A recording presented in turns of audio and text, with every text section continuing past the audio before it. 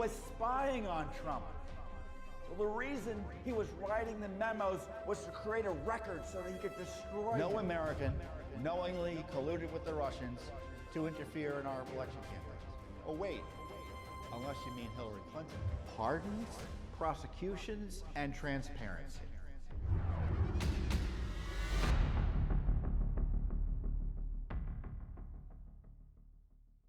Hey everyone, Judicial Watch President Tom Fitton here with our weekly update here on social media. Thanks again for joining us. A lot to talk about this week. Some good news out of the courts, both for our nation's sovereignty, the battle against the illegal immigration crisis, plus a big victory for justice for General Flynn.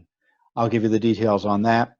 On top of that, we have new documents that are going to really knock your socks off on Benghazi, that not only tell you a lot about what was going through the corrupt Obama White House's head during the Benghazi scandal, but how that all ties into Obamagate. And then we have new documents about Hunter Biden and where he's been going and where he had been going during the first part of the Obama administration. You'll be interested to hear about that as well. But first up is the good news for General Flynn. An appellate court has granted General Flynn's motion, I guess it's a writ of mandamus, has granted the writ and has ordered the court to dismiss his case. It was a 2-1 decision. There are 3 judges that heard the case. 2 of them agreed with General Flynn that Judge Sullivan had no power under the Constitution to order an inquiry into whether or not the prosecution or the decision to drop the prosecution of General Flynn was proper, and even worse, that it should continue. As the Judge Rao, I'm not quite sure how to pronounce the name, but the last name is R-A-O, and I encourage you to read the decision online. As she points out, some countries allow judges to be prosecutors, but not here in the United States, not under our constitutional system. So Judge Sullivan has been ordered to dismiss the case. General Flynn had asked also that he be removed from the case, but they declined to do that. So what next? Is General Flynn going to get off free? I hope so. Judge Sullivan, though, hasn't dismissed the case yet. I think he put a hold on it, put a stay on the proceedings, but he hasn't dismissed the case. In theory, although it's hard to figure out exactly how it will work because this is so unusual for courts to try to usurp the power not available to them under the Constitution. You're going to have, are you going to have Judge Sullivan appeal the case, appeal the ruling?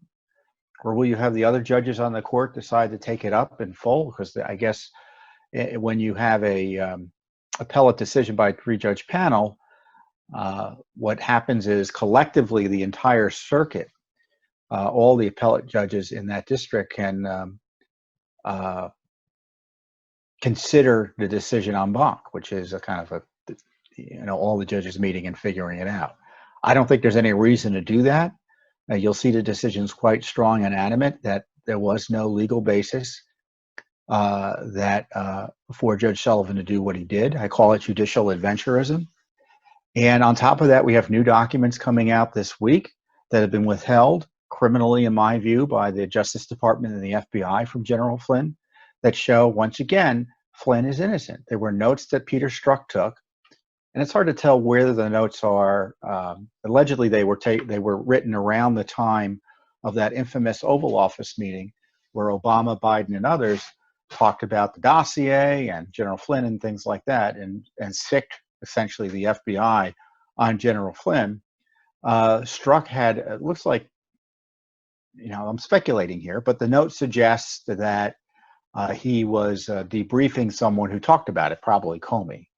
And the documents show that Comey said there was nothing wrong with the calls between Kislyak, the Russian ambassador, and General Flynn. Joe Biden raised the issue of the Logan Act, which is absurd. It's a law going back centuries. It's never been enforced, practically speaking, certainly not in the modern era. The idea that a law prohibiting U.S. citizens from essentially engaging their own foreign policy would apply to an incoming national security advisor. Frankly, anyone raising that as a possible way to prosecute or spy on an incoming president should have been kicked out of the room. And the fact that evidently Joe Biden was doing it, doesn't that tell you something? Remember, Joe Biden also unmasked General Flynn. And also the notes show that Obama said, be sure the right people are put on it. And raised the prospect of withholding classified information from the incoming Trump administration based on this garbage dossier and this fraud. So as you can see, these notes are exculpatory. They should have been turned over to General Flynn under law. Of course, there were other notes and materials and texts that showed that they knew he did nothing wrong and they were just trying to railroad him, that were withheld as well. And that's obstruction. You have to go back here. This is the incoming National Security Advisor to the President of the United States, and they're trying to destroy his ability to do the job. Basically blind the president in the exercise of his core constitutional duty to conduct foreign affairs on behalf of you, the American people. That's why I call it a malicious, seditious conspiracy. And when you look at what happened at that Oval Office meeting where the dossier was discussed, they all knew it was fraudulent, salacious and unverified, according to Comey. And yet they used it to ambush President-elect Trump the next day. They knew Flynn had done nothing wrong. You had this January 4th conclusion.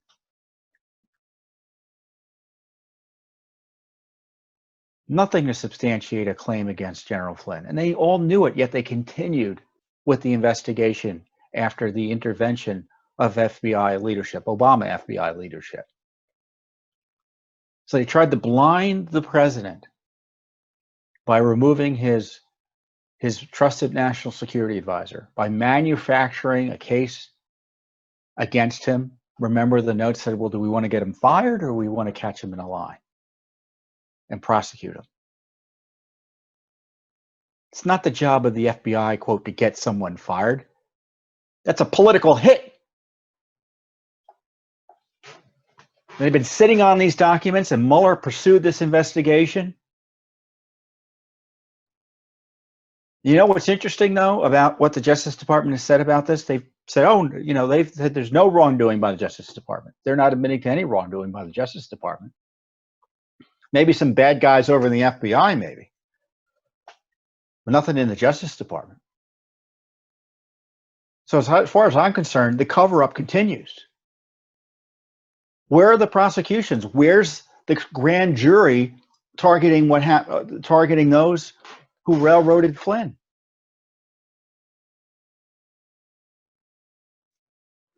I mean, and the coup continues. You had one of these Mueller minions go up on the Hill the other day and once again talk about gossip he heard about interference in the Roger Stone prosecution. This is the prosecutor who tried to put Roger Stone in jail longer than the law required. Twice as long as the law required. A Mueller prosecutor that Barr incomprehensibly let continue to pursue Stone after the Mueller operation was shut down officially. Everything that Mueller did is compromised and should be considered corrupt. All the prosecutions. I don't care if he got anyone convicted or not. You just can presume, given what happened with Flynn, everything else has been corrupted. And then they've got their progeny up in the Southern District of New York. You may have caught that in the last few weeks, the other fake scandal,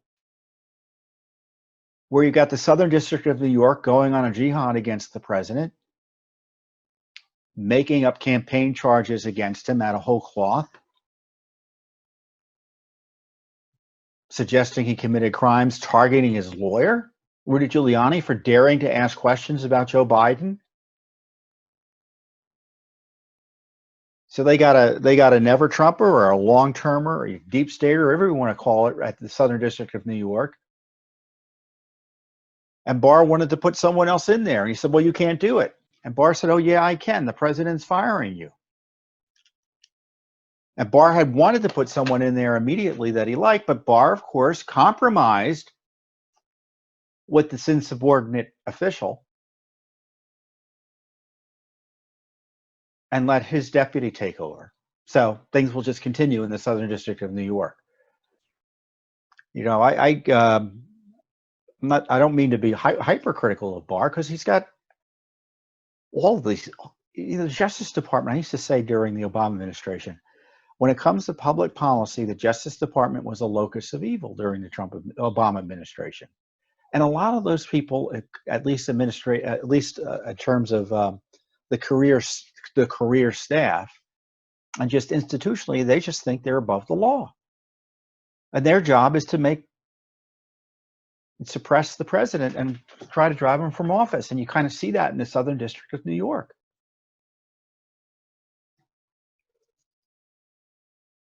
You know, Barr's, what he's trying to do publicly is he's being smeared. The Democrats are talking about impeaching him for doing his job again. He's reminding people of our constitutional system, that these U.S. attorneys report and are supervised by the Attorney General. And the left is trying to say that the Attorney General of the United States can't do his job. And this is part and parcel of the way the left has been operating in the Trump era. The president can't do his job. He's not allowed to do anything. He's not allowed to talk to the Russians. He's not allowed to conduct foreign policy. He's not allowed to protect the borders. He's not allowed to fire anybody in the executive branch.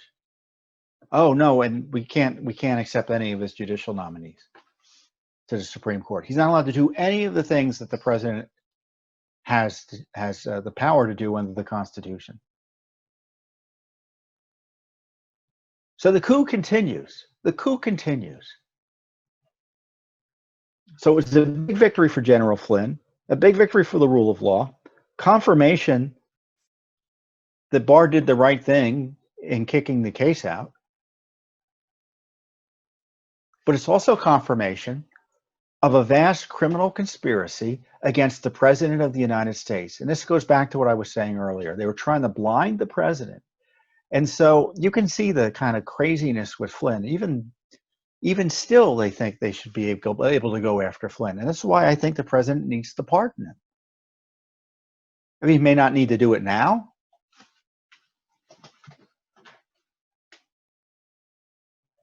But certainly if a new administration comes in and he's not the president, they're going to go after Flynn again. They're going to go after everyone again. And I only half jokingly say this, President Trump may have to pardon himself.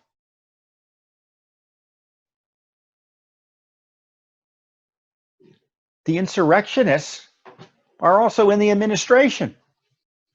And they're waiting to come in terms of political appointees in the future. And who knows what they'll do? Maybe even 8 years from now, let's say he wins. The other side comes in after him. He should just presume the worst. And I don't say that because I say you should vote for one person or the other. I don't say that as president of Judicial Watch. I'm just highlighting the reality. I mean, we saw what happened during the Obama administration, and the same crowd is likely to come back either next year or 4 years from now. And the problem is, none of them have gone to jail for their misconduct. So they're going to do it again. They're going to do it again. So this was an assault on the president, assault on his ability to conduct foreign policy. And that's why he should pardon Flynn, to protect the presidency and his constitutional prerogatives under the Constitution. So the other good news this week is, President Trump. I always quote myself here, but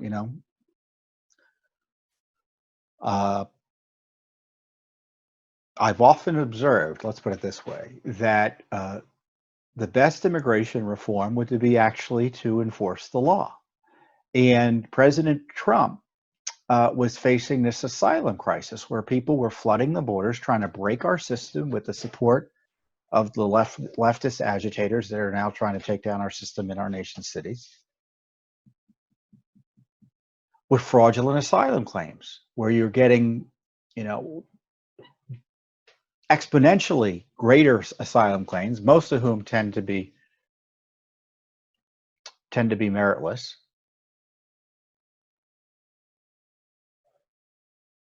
And the problem is, you grant the asylum claim or you say there's a reasonable fear, and they get a hearing and they never show up for the hearing.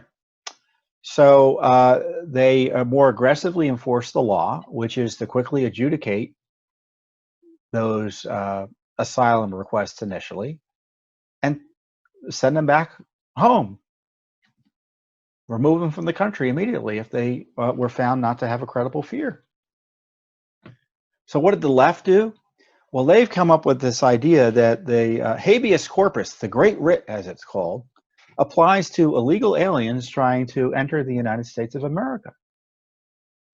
And the habeas corpus rule, those of you who aren't familiar with it, essentially requires the government to justify the detention of a citizen or a person.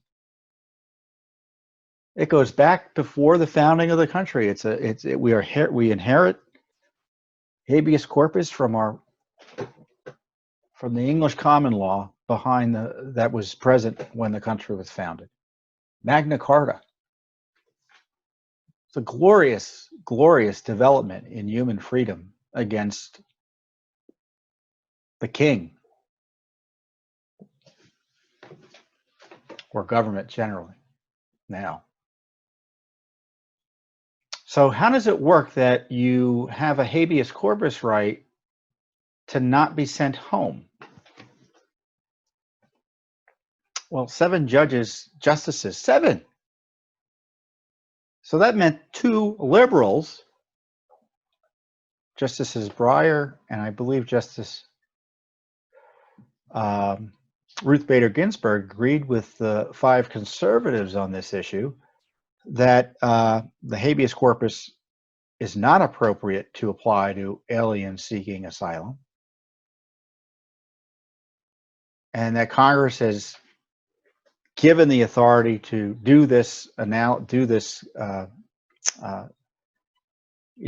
Congress has created this law that allows the president the discretion to enforce the law as he's been enforcing it, and as a result, we've kind of gotten the border a little bit more under control. I don't want to underestimate the security of the border, but that crisis is largely abated in terms of the asylum crisis because people are being either having to ask for the asylum outside the United States, which is another issue, or if they make it across the border and it's obviously they don't have an asylum claim, like the person who was complaining, whose case was being brought before the court. I think he was from Sri Lanka. He had been kidnapped and beaten up. He couldn't tell who did it, why they did it, or if the government was responsible for it. So the hearing officer, the officer making the initial determination said, nope. And the left was trying to create a constitutional right to have those claims adjudicated beyond that initial determination and allow that person to stay here practically forever. It would have led to open borders, more so than they already are, believe it or not. So that was a big victory for the rule of law. And it's remarkable what happens in terms of controlling the immigration crisis or mitigating it when an administration is committed to enforcing the law. And that's what Judicial Watch has been trying to do, which is to get the government to enforce the rule of law on immigration. I mean, that will solve our immigration problem. Enforce the law. Illegal aliens are not supposed to be here. They can be deported. We should deport them where the law allows. Local and state authorities who aid and abet illegal aliens, I would argue, when they directly do so, they should be subject to prosecution. Barring that, the law shouldn't allow them to even think about doing it. Of course, the law already does prohibit it. And if we had the local police, as opposed to helping in terms of the enforcement of our nation's immigration laws, we wouldn't have an illegal immigration problem. Because right now, you get across the border and you get here illegally, or you overstay your visa, as many do, and you reside here illegally, criminally. there's virtually zero chance you'll be caught and deported. Zero chance. And when I say zero, I'm only slightly exaggerating.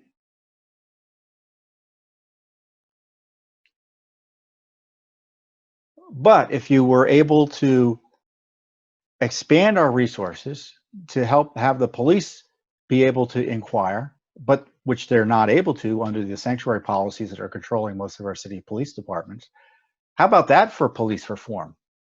We let the police help us enforce the rule of law on citizenship. Maybe Congress can pass that rather than the harassing, hampering laws that they're trying to pass in response to the insurrection, as opposed to confronting it. They're enabling it further. That's, I guess, another matter. And Judicial Watch has litigation against San Francisco and Santa Clara County. In Santa Clara is just south of San Francisco, San Jose area, over their sanctuary policies. And we've sued in California and Maryland. And we had news come out of Maryland. We had sued in California and Maryland, excuse me, over their decisions to provide cash benefits to illegal aliens using the coronavirus as an excuse without the permission of the state legislature, which is a violation of law. And taxpayers have a right to challenge that. Well, we just had the court who agreed with us initially that, yeah, it's likely they violated the law, and yeah, it's likely taxpayers were harmed by it. He said, well, taxpayers don't have the right to enforce the law. Just overturned 100 years of Maryland state law and taxpayer standing. So we're repealing that, obviously. But so the Supreme Court had the point being that Judicial Watch is fighting, and has been for some time, to enforce the rule of law on immigration. And we applaud the Trump administration's decisions to more strictly enforce the law at the borders to address the crisis. We need a secure border. If we want a republic, we need to have a secure border. If you don't want a republic, open the borders. If you don't want a country, open the borders. But until then, we just have to have a border, and it has to be enforced. And thankfully, the Supreme Court upheld that principle, at least indirectly, this week. And I encourage you again to go and read it. Read Justice Alito's decision. Read Justice Thomas's concurrent decision. I encourage you to read Justice Thomas's decision, his concurrent opinion, excuse me, because he goes through quite thoroughly the history of the Magna Carta. The history of the habeas corpus, the Great Writ. And it's just fascinating reading. So if you love your rights, if you love your freedom, if you love our individual rights that have been, we've been able to achieve through our Western civilization, you're going to want to read that decision. You're going to want to read that decision. Although I have to say, I was reading that decision, I was reminded of the fact that the Supreme Court had granted essentially habeas corpus rights to terrorists caught overseas and kept overseas, which is a wild abuse of power. That was a 5-4 decision, just like this one was a 5-4 decision going the other way. They didn't want to address and overturn that earlier decision, but I guess that will be for another day. So, you know, the Supreme Court will be issuing other decisions, one, I believe, on abortion soon, the other on President Trump's taxes.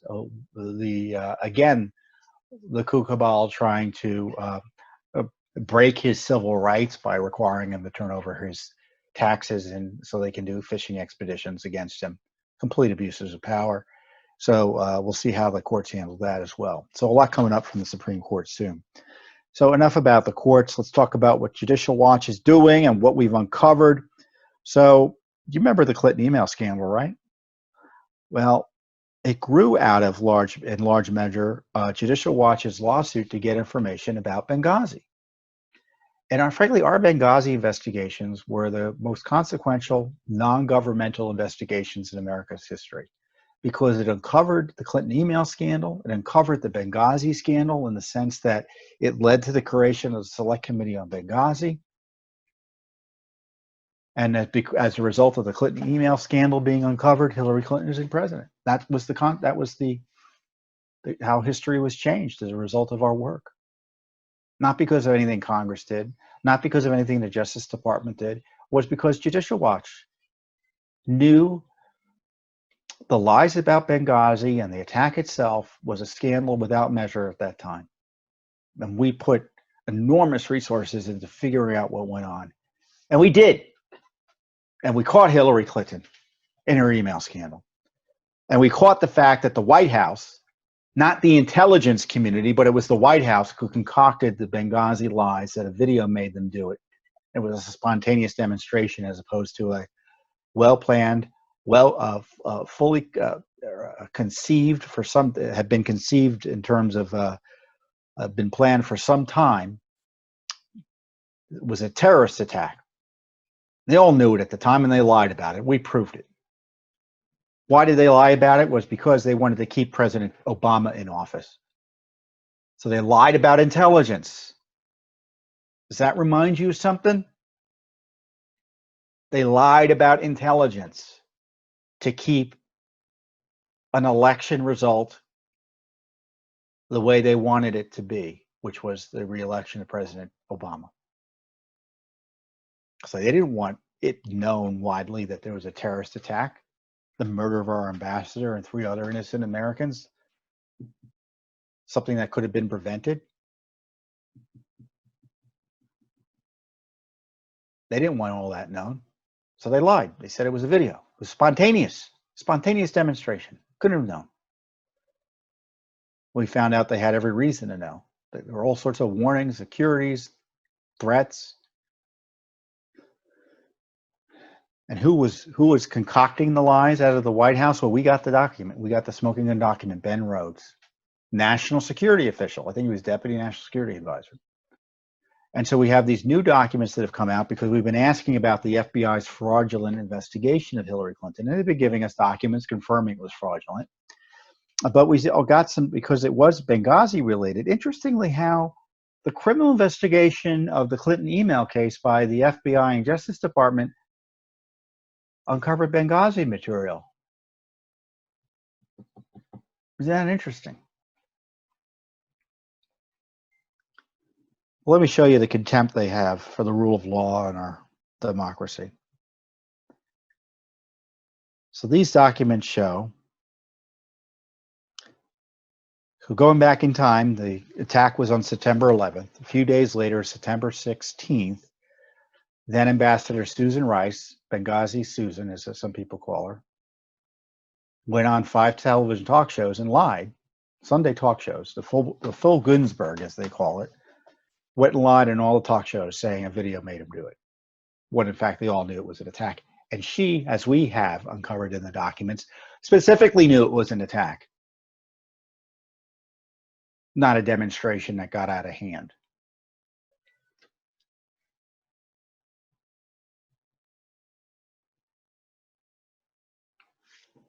So on September 27th, the cat's more out of the bag. It's pretty clear that they couldn't suppress the information about it being a terrorist attack. And so there's this email communication between Ben Rhodes in the Obama White House and Hillary Clinton's Chief of Staff, Jake Sullivan, Deputy Chief of Staff, Jake Sullivan. Also involved was Tommy Vitor, who was the national security spokesman. So they're sitting around these emails. And Rhodes, Sullivan says, what's the plan? What's the plan here? Talking about Benghazi. Broader plan is, Rhodes writes, is IC, intelligence community, acknowledgement of an evolving assessment of what took place, what happens to be true, which, excuse me, let me start over. A broader plan, the broader plan is an IC, intelligence community, acknowledgement of an evolving assessment of what took place, which happens to be true, unlike just about everything else we've seen reported on Benghazi. An evolving assessment. So he's saying he knows what's going to take place. And the way they're going to spin it is, it's an evolving assessment. So this is not the intelligence community operating on its own. This is the intelligence community, their evolving assessment being orchestrated directly out of the Obama White House. The reason we have an intelligence community, the reason we have intelligence, is for them to independently go and take a look at material, not independent in the sense that they just do whatever they want. But on the issue of Benghazi, they do an investigation in theory, and they report the facts to their customers, the president and senior officials in an administration. Here, the outcome's preordained. So they're abusing the intelligence community to get a preordained outcome, which is an evolving assessment, meaning, oh, we initially thought it was a demonstration, but as more information came in, it became clear it was an attack. That's a lie. That's not the way it happened. How do we know it's a lie? Because we have the man who wrote this email. We have his other emails.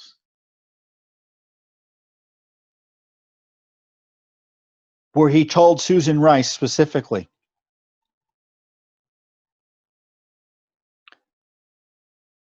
when she's going on the shows, it was an effort to reinforce President Obama and to portray the attack as being rooted in an internet video, not a failure of policy.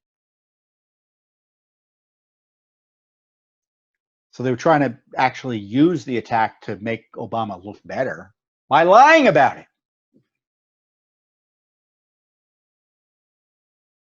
And how does this tie to Obamagate?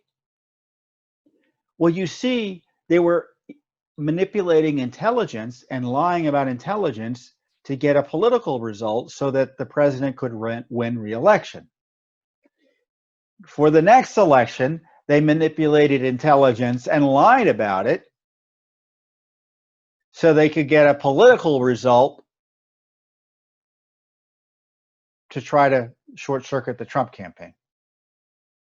And after that, to get a political result to overthrow or attempt to overthrow the Trump campaign. There's nothing new under the sun when it comes to Obama corruption. All the abuses you hear about with Obama in 2006, excuse me. Yeah, I guess it's 2016, how quickly time goes by. They had run-throughs. You had the abuses in 2012 with Benghazi and the lies about intelligence. You had the FBI and the Justice Department and the IRS and other agencies being used to target and suppress the entire Tea Party movement and any opposition to President Obama in 2012 as well.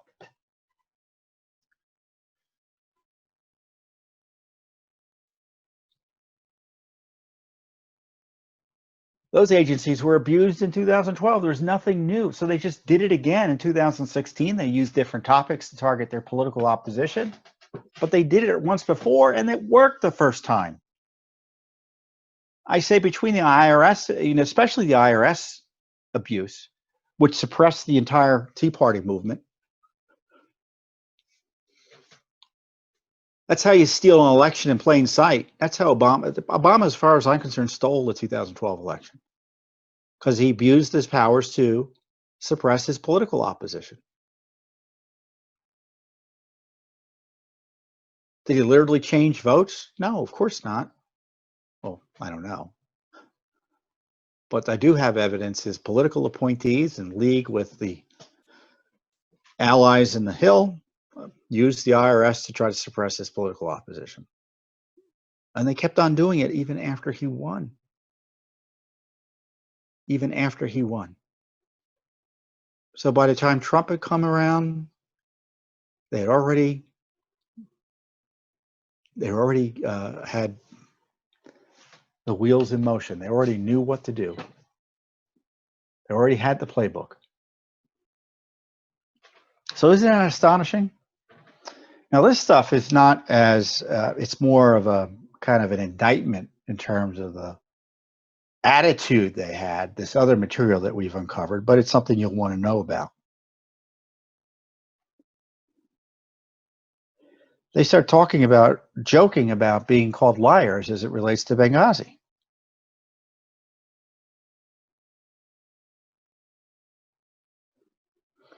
Rhodes says to Sullivan and other officials whose names are redacted for whatever reason, at least you're only a liar Could be worse. We're liars and we're also allegedly leakers. So you've got that going for you, which is something. Sullivan replies, we're only lying foot soldiers, sick. You're lying masterminds. That's cooler. Then someone else replies to Sullivan, whose name they redacted. I prefer that we go by henchman. Has more of a Marvel comic sinisterness to it. There should be a cable show where all the guests and the anchor have to wear polygraphs. Or when there's a dispute between the source, the aggrieved parties take a poly with some neutral third party rendering judgment, the biggest liar. I don't even know what that means. Rhodes says to Sullivan, I like to go on television and tell everybody what I think. Look at it this way. It could be worse. You could be a career bureaucrat whose greatest thrill in life is leaking half-truths, self-justifications, and outright lies to the likes of Eli Lake, Kim Dozier, and whoever else picks up the phone at Fox News. Whoever picks up the phone at Fox News. So they're joking about how they kind of like being called liars about this terrorist attack.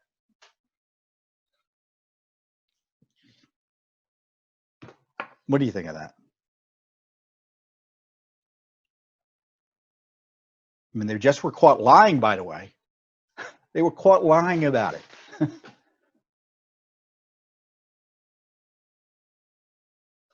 I remember when we first uncovered the document that showed that Rhodes has orchestrated these lies, and you had the Obama people go out and say, well, it doesn't say what it says. And even our enemies in the media said, what are you talking about? And then they're joking about being called liars and kind of reveling in it. I mean, it shows their contempt for the rule of law. It shows their contempt for the 4 innocent Americans who were killed that day.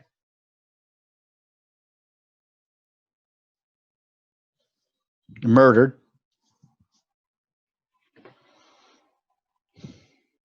And again, it shows that Ben Rhodes, who was the Obama White House senior official who created the false story for Susan Rice to lie to the American people with in order to help Obama stay in office, was planning to orchestrate again another fake story, the evolving explanation that the Benghazi attack by the Intelligence Committee, the evolving explanation about the Benghazi attack, written, created by the intelligence community, all of which was designed to help Obama's reelection. So again, abuse of intelligence to achieve a political result. It happened in 2012, and it happened again in 2016. So if you want to know why they were interested in Obamagate, why they used why they abused, how they were able to abuse the intelligence community so easily to spy on Trump, we now know, because they did it in 2012. And who knew all about this? Who knew it? General Flynn. General Flynn knew about Benghazi, you can be sure, and he knew what they were planning on Obama in terms of on the Russia smear. Certainly, he was going to figure it out, and in many ways, that's one reason he was targeted.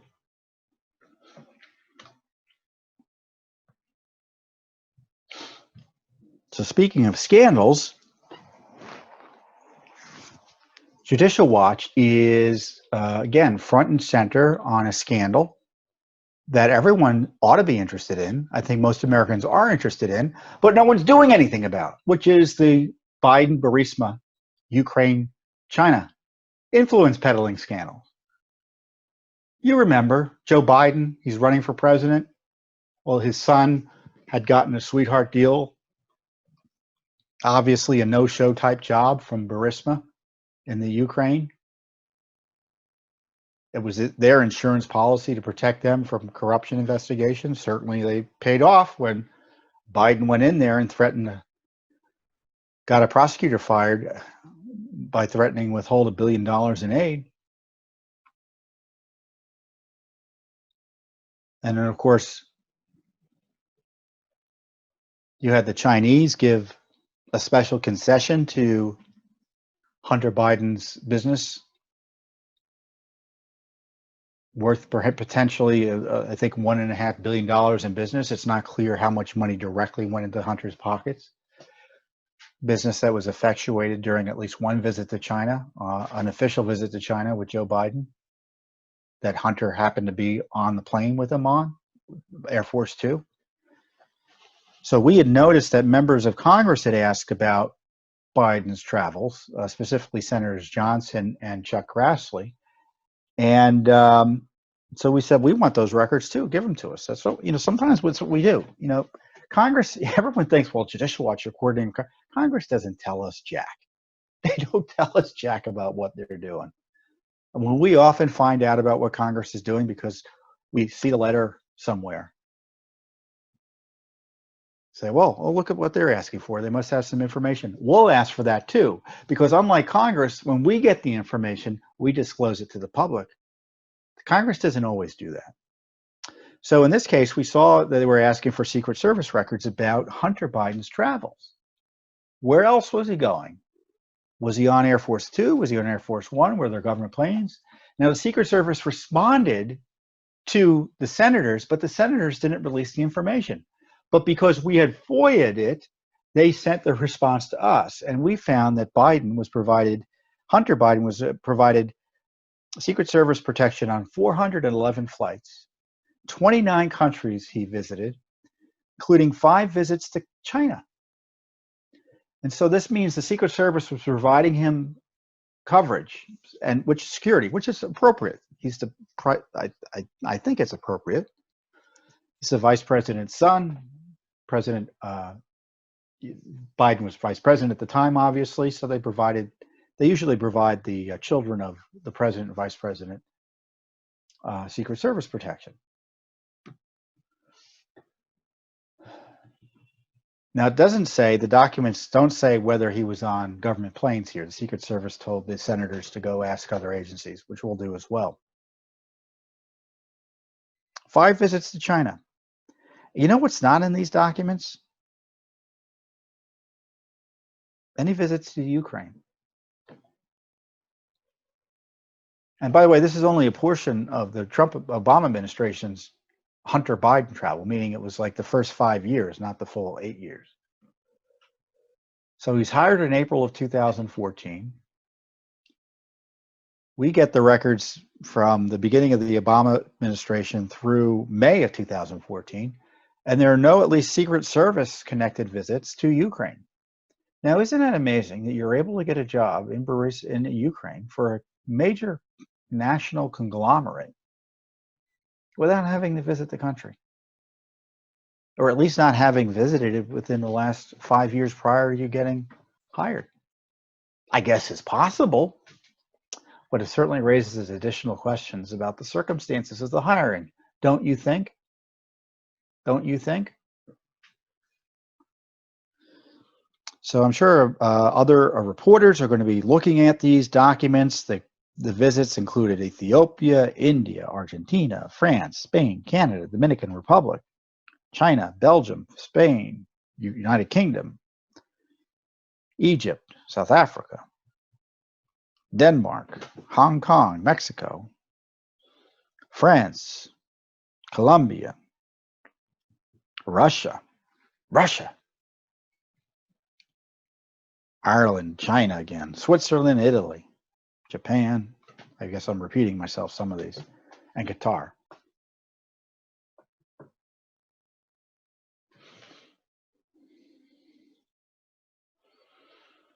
So this is just, we didn't even have to sue for these documents. So this was a nice one because we got the documents. So they compiled them for the senators and we asked for them and we got the information that the senators didn't release, but we're releasing them to you, the American people, because we think you have the right to know about this stuff as timely as we can make it available to you. Now we have multiple lawsuits on Biden. Hunter Biden. I think there are 7 lawsuits now that Judicial Watch has pursuing in federal court. The State Department has essentially shut down its FOIA operations, so we're not getting much out of them. And so the coronavirus is benefiting Joe Biden. In my view, there's no reason to shut down the FOIA operation. I complained about it. Nothing's been done. The FBI largely shut down its FOIA operation, although they started getting it back up again. So the real question is why is the State Department stalling the release of documents? Because they've had these documents for months. They know what we're asking for. You can bet they've been gathered and they're ready to go. They're just sitting on them. They're just sitting on them.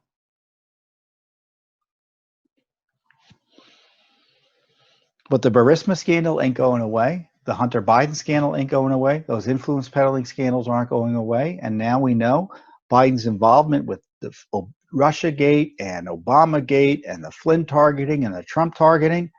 It's a whole other raft of scandals that Biden needs to be held accountable for. And it looks like Judicial Watch is going to be your primary vehicle for that accountability. And we're going to keep up the litigation whether he wins or loses. And the question is the deep state going to protect Biden like they did Hillary Clinton in order to grease his way into all power? So we hope the courts don't do that and force them to turn over the records, but we'll see. So you can be sure that Judicial Watch will continue to do the heavy lifting on behalf of you and the rest of the American people for full accountability for, again, what has been the worst corruption scandal in American history. Have a good week, and I'll see you next time here on the Judicial Watch Weekly Update.